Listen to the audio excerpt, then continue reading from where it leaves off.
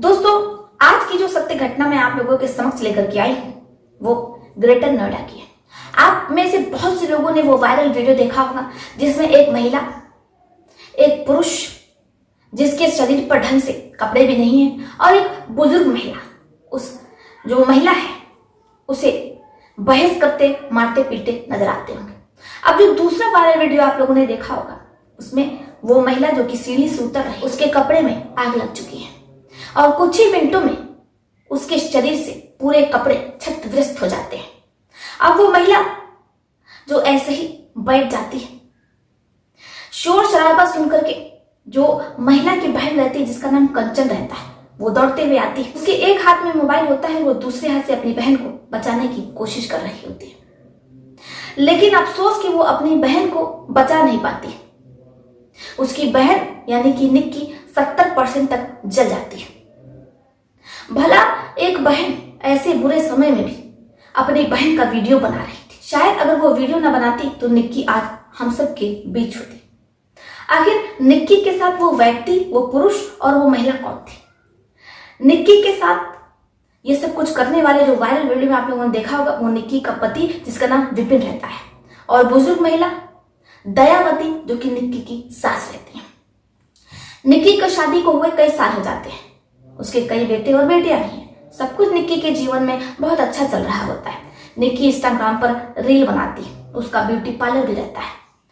क्योंकि जो निक्की का पति रहता है विपिन, उसका एक्स्ट्रा मैरिटल अफेयर चल रहा होता है जिसके कारणवश वो निक्की को पैसे भी नहीं देता है। अब अपने ऊपरी खर्च के लिए निक्की खुद ही रील बनाती है और ब्यूटी पार्लर चलाने लगती है। निक्की की बहन कंचन भी उसके साथ रील बनाती है। यहाँ तक तो सब कुछ बिल्कुल ठीक रहता है, लेकिन जो पति विपिन रहता है आए दिन वो अपनी पत्नी से विवाद करता रहता है क्योंकि उसका एक्स्ट्रा मैरिटल अफेयर रहता है। लेकिन जो निक्की का पति रहता है विपिन और उसकी सास दयावती, शादी के कई साल गुजर जाने के बाद अब उन्हें दहेज याद आता है।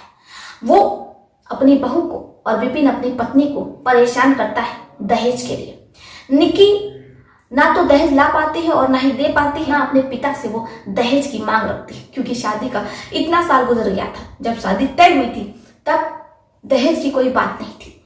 निक्की के पिता ने लड़के के परिवार वालों के कहने के अनुसार जो कुछ देना था वो शादी के समय ही दे चुके थे। अब शादी के इतने साल बाद आखिर दहेज की मांग कहां से उठी? निक्की जो कि खामोशी से सारी चीजों को सह रही होती है, लेकिन जो परिवार रहता है, जो निक्की का पति रहता है विपिन और उसकी सास दयावती, वो लोग इतने ज्यादा आक्रोशित हो जाते हैं दहेज न मिलने पर कि निक्की को आग के हवाले कर देते हैं। निक्की जो कि 70% तक जल जाती है। जब तक वो हॉस्पिटल पहुंचती है तब तक उसके शरीर में कुछ भी ऐसा बचता नहीं है कि जो कि डॉक्टर उसे बचा सके। इसलिए निक्की को बचाया नहीं जा सका और निक्की इस दुनिया को छोड़ करके, अपने बेटे और बेटियों को छोड़ करके इस दुनिया से चली गई। सोचिए, निक्की दहेज के हत्थे चढ़ गई, इन दहेज के लोभियों के हत्थे चढ़ गई।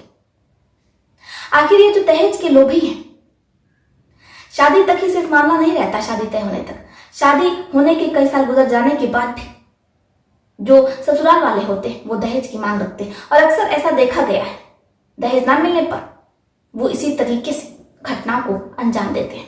आखिर इन दहेज लोभियों पर क्या कार्रवाई करनी चाहिए? आप इस पर क्या सोचते हैं? आपका क्या विचार है? क्या निक्की की जान बचाई जा सकती थी?